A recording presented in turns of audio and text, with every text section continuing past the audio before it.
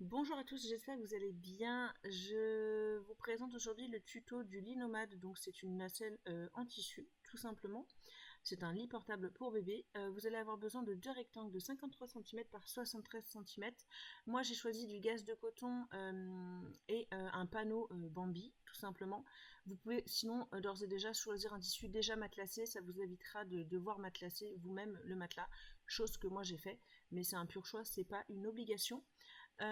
Ensuite, vous allez avoir besoin de deux rectangles de 33 cm par 49 cm.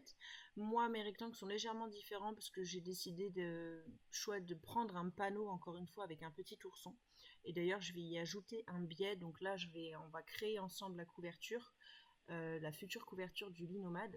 Donc moi, mes dimensions sont un peu différentes. J'ai un rectangle qui est plus petit parce qu'en fait, je vais avoir 10 cm de gaze de coton qui vont revenir sur l'avant. C'est voilà, c'est une option de style que moi j'ai choisie. Pour autant, si vous prenez vos trois rectangles de 33 cm par 49, ça fera très bien l'affaire. Je vais aussi forcément matelasser la couverture. Là, je suis tout simplement en train de poser le passepoil saumon que j'ai décidé d'ajouter, mais ça encore une fois, c'est optionnel. Si vous avez deux rectangles de 33 cm par 49 cm, il faut tout simplement positionner votre rectangle de watts sur l'un des rectangles et le piquer au point zigzag pour qu'il reste maintenu en fait avec un des rectangles. On va par la suite poser des zips de part et d'autre de la couverture. Euh, donc pour ceci, vous allez poser vos rectangles endroit contre endroit en pinçant les zips de part et d'autre de la couverture, puisqu'en fait c'est une couverture qui va s'ouvrir sur le côté. Donc une fois votre watt posé sur la partie basse de la couverture, piqué au point zigzag, vous venez poser les zips de chaque côté de la couverture. Euh, et puis vous venez piquer au point droit. Donc vous prenez les zips en sandwich entre vos deux rectangles de couverture.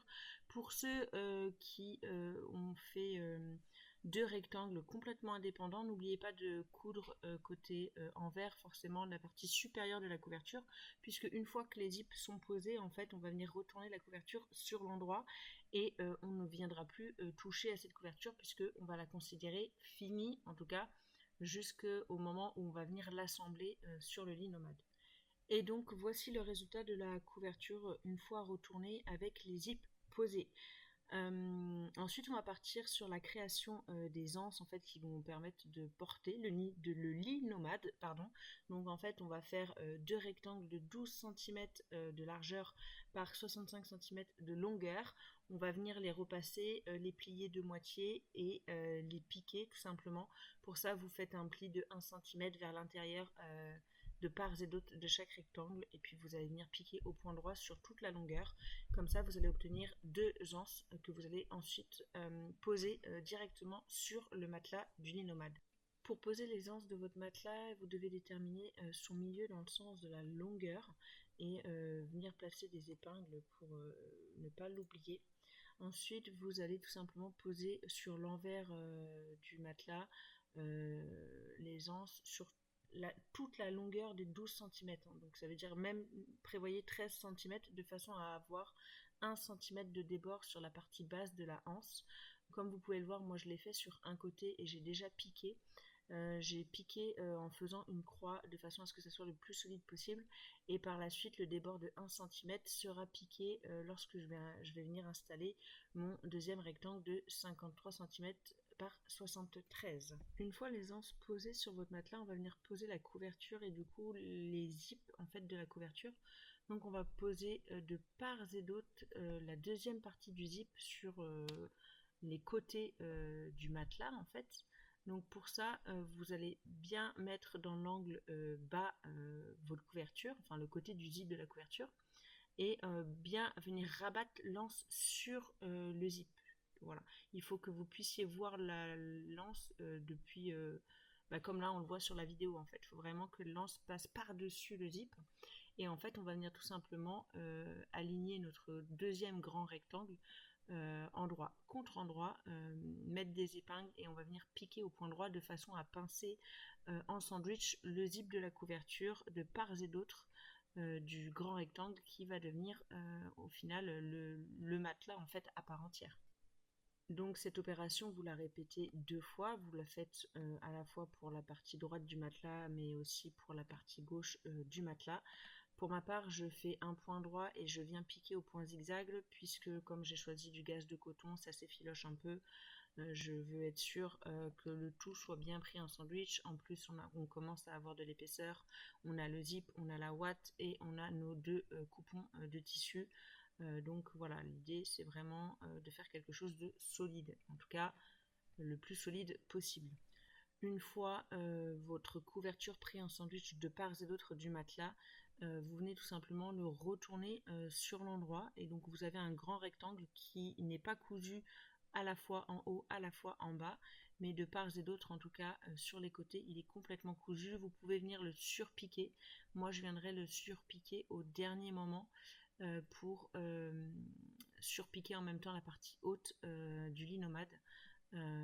Donc voici ce que ça donne une fois la couverture posée.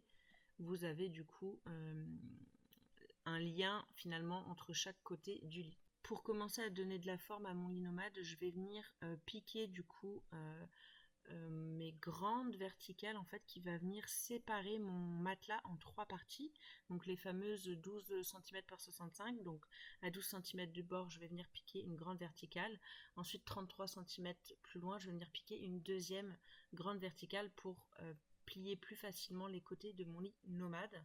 Ensuite on va venir créer la tête de ce lit nomade. Pour ceci vous avez besoin d'un rectangle de 33 cm par 22 cm que vous matelassez ou non en fonction de votre tissu.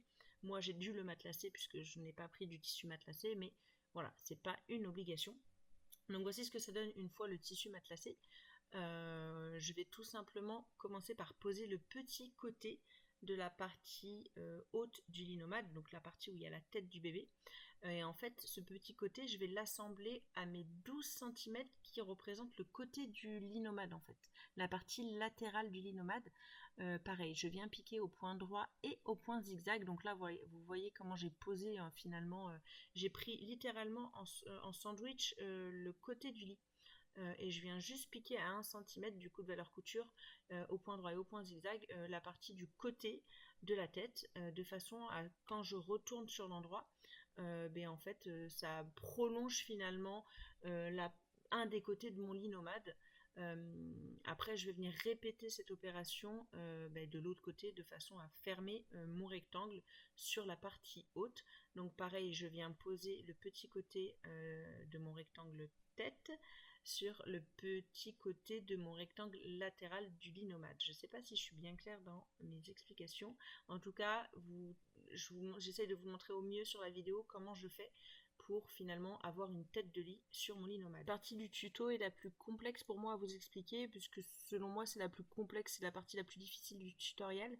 Mais une fois que vous avez assemblé finalement le rectangle de la partie haute de votre lit nomade, et d'ailleurs vous allez avoir le résultat là sur la vidéo, vous allez venir ensuite assembler endroit contre endroit la partie basse en fait, donc la partie intérieure du lit sur le matelas intérieur du lit. Donc là je suis en train de la piquer et ensuite on va venir retourner le lit. Donc là j'ai cousu que la partie intérieure finalement, et ensuite on va venir retourner le lit sur l'envers de façon à piquer de la même manière le lit nomade du coup envers contre envers pour ne pas voir la couture. Donc là mon lit nomade il est complètement à l'envers. Donc là c'est la partie que je viens de coudre, que je vous ai montré. On voit toujours les anses qui ont bien été prises en sandwich dans mon matelas pour des raisons de sécurité. Et là je vais venir fermer finalement le trou de la partie haut du lit nomade, et comme ça vraiment cette étape sera terminée. Donc je l'ai piqué au point droit et au point zigzag pour des raisons de sécurité. Et ensuite vous retournez votre lit nomade sur l'endroit. Et finalement on arrive quasiment à la fin de notre lit, puisque la seule pièce qui manque c'est la partie basse du lit nomade. Donc là, vous voyez, mon lit il est quasiment complet. J'ai la couverture, j'ai les côtés et j'ai la tête de lit finalement qui est cousue à l'intérieur et à l'extérieur. Maintenant, on va venir assembler le petit côté des pieds du lit, donc le petit rectangle qui va venir fermer notre couverture. C'est important de le faire en deux rectangles et de ne pas découper un rectangle de 66 cm par 26, de 33 cm par 26, non, c'est vraiment 33 cm par 13, vous faites deux rectangles, et vous venez prendre dans un premier temps votre couverture, la partie basse de la couverture, en sandwich.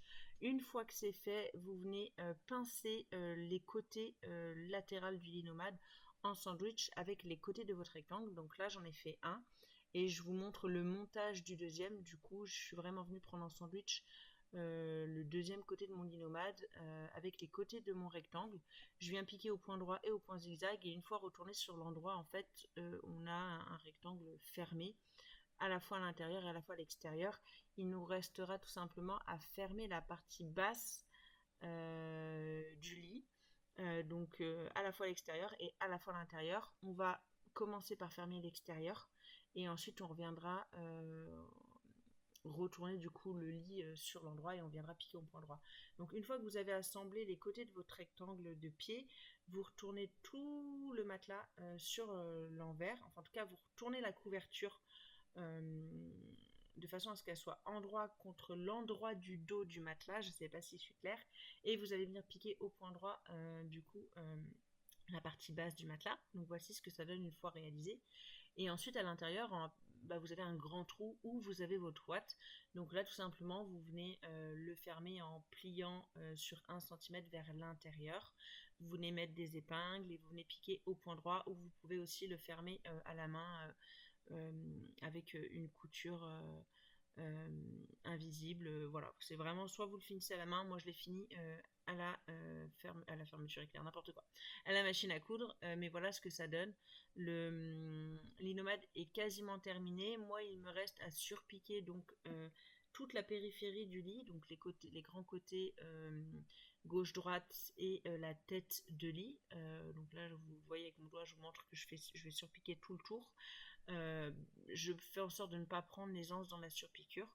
Voici le résultat une fois terminé. C'est un lit nomade pour un bébé de 0 à 6 mois et plus. On va dire que jusqu'à 8 kg, le bébé rentre dedans. J'espère que ce tuto vous a plu et je vous dis à très vite pour de nouvelles créations.